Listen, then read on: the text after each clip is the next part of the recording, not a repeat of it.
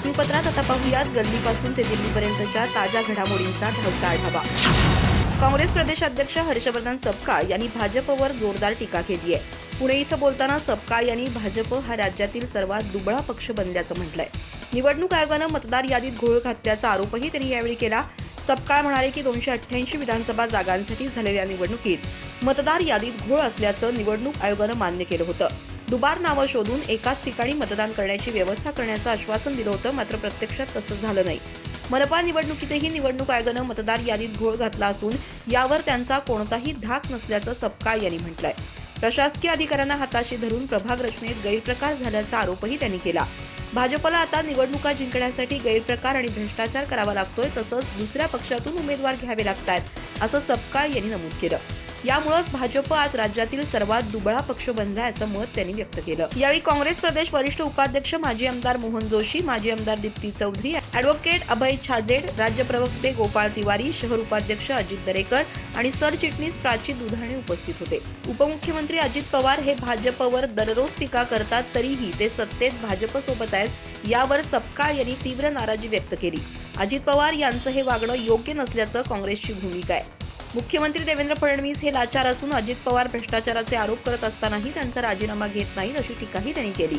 भाजप आणि राष्ट्रवादी काँग्रेस पक्ष नुरा कुस्ती खेळत असल्याचा आरोप सपकाळ यांनी केला। सपकाळ यांनी मुंढवा जमीन प्रकरणात अप्रत्यक्ष भ्रष्टाचार झाल्याचा आणि केंद्रीय राज्यमंत्री मुरलीधर मोहोळ यांनी जैन बोर्डिंग जमीन प्रकरणात गैरप्रकार केल्याचा आरोप केला। अजित पवार भ्रष्टाचाराचं समर्थन करत असल्याचा दावाही त्यांनी केला। भारतीय जनता पक्षाने छोट्या आणि प्रादेशिक पक्षांना फोडून कमकुवत केला आहे। काँग्रेसमध्ये आता अवसान राहिलेलं नाही।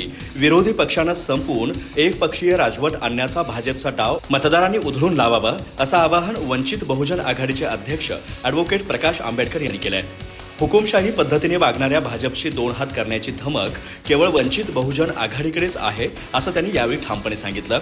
पुणे महानगरपालिका निवडणूक प्रचाराची रणधुमाळी शिगेला पोहोचली आहे। वंचित बहुजन आघाडीच्या प्रभाग 6 आणि प्रभाग 13 मधील उमेदवारांच्या प्रचारार्थ ॲडव्होकेट प्रकाश आंबेडकर यांची येरवडा येथील लक्ष्मीनगर भागात जाहीर सभा झाली। यावेळी आघाडीचे सरचिटणीस प्रियदर्शन तेलंग, शहराध्यक्ष अरविंद तायडे, माजी आमदार ॲडव्होकेट जयदेव गायकवाड यांच्यासह अनेक पदाधिकारी आणि कार्यकर्ते उपस्थित होते। तसेच प्रभाग क्रमांक 13 मधील डॉक्टर निकिता गायकवाड, रामिजा रज्जाक, नरस नगी, स्वाती सुरेश धनगर, ॲडव्होकेट गजानन श्रीराम चौधरी, तसेच प्रभाग क्रमांक 6 मधील शैलेश उर्फ पाला मोरे आणि सलमा सादिक शेख हे उमेदवार यावेळी व्यासपीठावरती उपस्थित होते। ॲडव्होकेट प्रकाश आंबेडकर यांनी आपल्या भाषणात सांगितलं की डॉक्टर बाबासाहेब आंबेडकर यांनी आपल्याला संविधान दिलं, मात्र आज संविधानात बदल करण्याचे प्रयत्न भाजपकडून सुरू आहेत। संविधान धोक्यात आहे हे आपल्याला समजून घ्यावं लागेल, त्याच्या रक्षणासाठी जागृत राहावं लागेल। जोवर आपण जागरूक आहोत तोवर संविधानाला हात लावण्याची हिंमत कोणी करणार नाही। भाजपला हरवायचं असेल तर आपल्याला 100% मतदान करावं लागेल। सामान्यांच्या हक्कांसाठी, शोषित, पीडित आणि वंचित मागास घटकांसाठी न्याय मिळवून देणाऱ्या वंचित बहुजन आघाडीच्या उमेदवारांना निवडून देणं ही आपली जबाबदारी आहे। काँग्रेस नेते विजय वडेट्टीवार यांनी घेतलेल्या पत्रकार परिषदेत केंद्र आणि राज्यातील भाजप सरकारवर जोरदार टीका करत अनेक मुद्द्यांवर परखड भूमिका मांडली। आगामी महापालिका निवडणुकांपासून ते बदलापूरमधील लैंगिक अत्याचार प्रकरण, मंत्र्यांच्या संपत्तीत झालेली वाढ, रश्मी शुक्ला अहवाल, ध्रुवीकरणाचं राजकारण आणि मुंबई महापालिकेतील सत्ता समीकरण यावर वडेट्टीवार यांनी भाजपवर हल्लाबोल केला। सध्याची राजकीय आणि सामाजिक परिस्थिती महाराष्ट्रासाठी घातक असल्याचा आरोप करत भाजप केवळ सत्तेसाठी राज्यातील वातावरण बिघडवत असल्याचं ते म्हणाले। महापालिका निवडणुकांच्या पार्श्वभूमीवर बोलताना वडेट्टीवार यांनी चंद्रपूर महापालिकेबाबत ठाम दावा केला। चंद्रपूर महापालिकेत 100% काँग्रेसचा तिरंगा फडकणार असून ते रोखण्याची ताकद कुणातही नाही असं त्यांनी स्पष्ट सांगितलं। मुंबई महापालिकेवरही त्यांनी भाष्य करत भाजपवर गंभीर आरोप केले।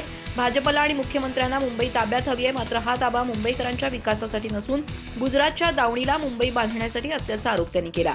गुजरातमधील अक्यांना मुंबई हवी आहे, कारण मुंबई ताब्यात आली तर महाराष्ट्र ताब्यात राहील अशी भाजपची भूमिका असल्याचं ते म्हणाले।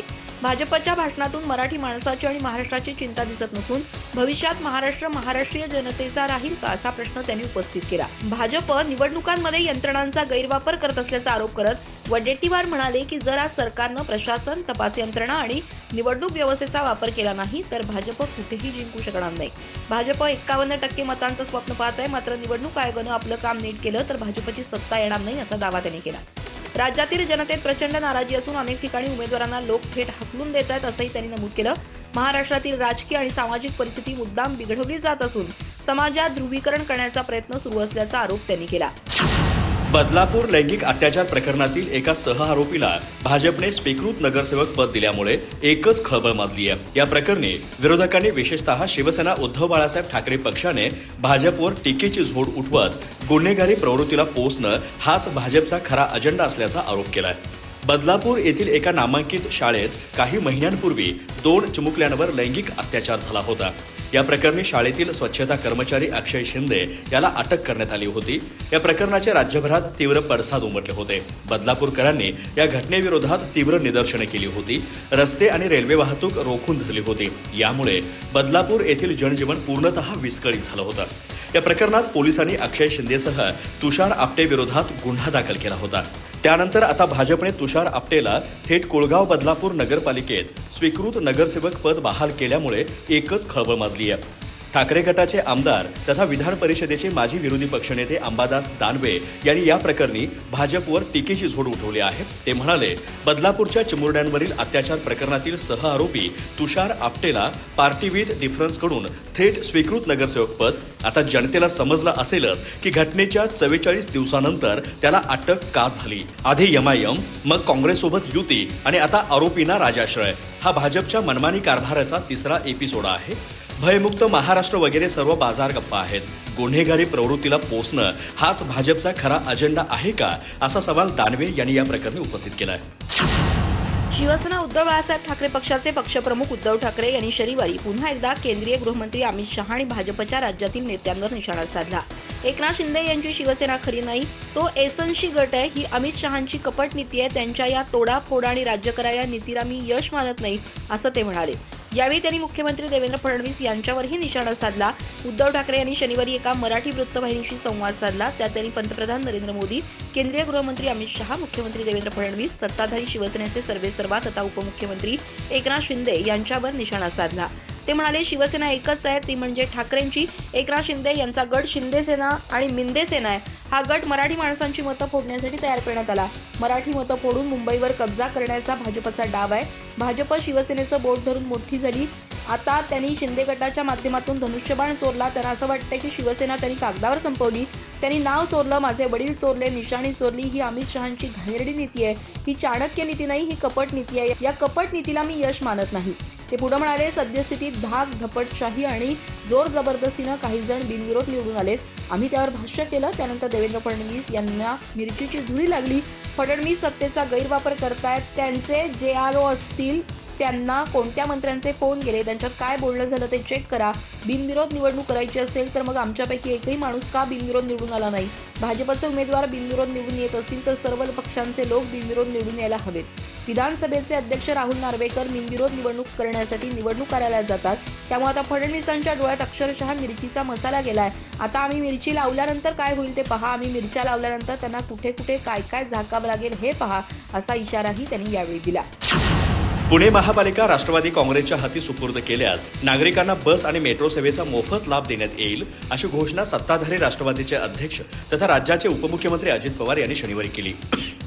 या योजनेमुळे शहर प्रदूषणमुक्त होईल, वाहतूक कोंडी कमी होईल आणि पुणेकरांचं दररोज होणारं कोट्यवधी रुपयांचं आर्थिक नुकसान वाचेल, असंही ते म्हणाले. सत्ताधारी राष्ट्रवादी काँग्रेस आणि राष्ट्रवादी काँग्रेस पार्टी शरदचंद्र पवार यांच्या वतीने शनिवारी अष्टसूत्री प्रगतीचा संयुक्त जाहीरनामा प्रकाशित करण्यात आला.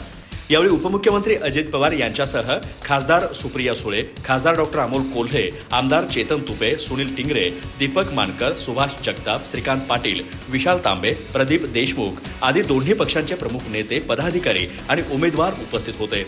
यावेळी बोलताना अजित पवार म्हणाले, पुण्यात दररोज 30 लाख वाहनं रस्त्यावर धावतात. त्यामुळे वाहतूक कोंडी, इंधन आणि वेळेचा अपव्यय होतो. यामुळे पुणेकरांचं दररोज 30 कोटी रुपये म्हणजेच वर्षाला 10,800 कोटी रुपये वाया जातात. मोफत बस आणि मेट्रो सेवा दिल्यास दोन्ही कंपन्यांना मिळून वर्षाला केवळ 300 कोटी रुपये द्यावे लागतील.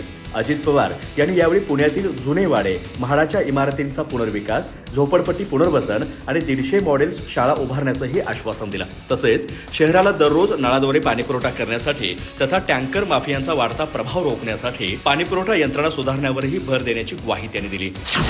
मुंबई महापालिकेच्या आगामी निवडणुकीच्या पार्श्वभूमीवर राजकीय वातावरण तापत असतानाच भाजप नेते के अण्णामलाई यांच्या एका वक्तव्यामुळे नवा वाद निर्माण झालाय.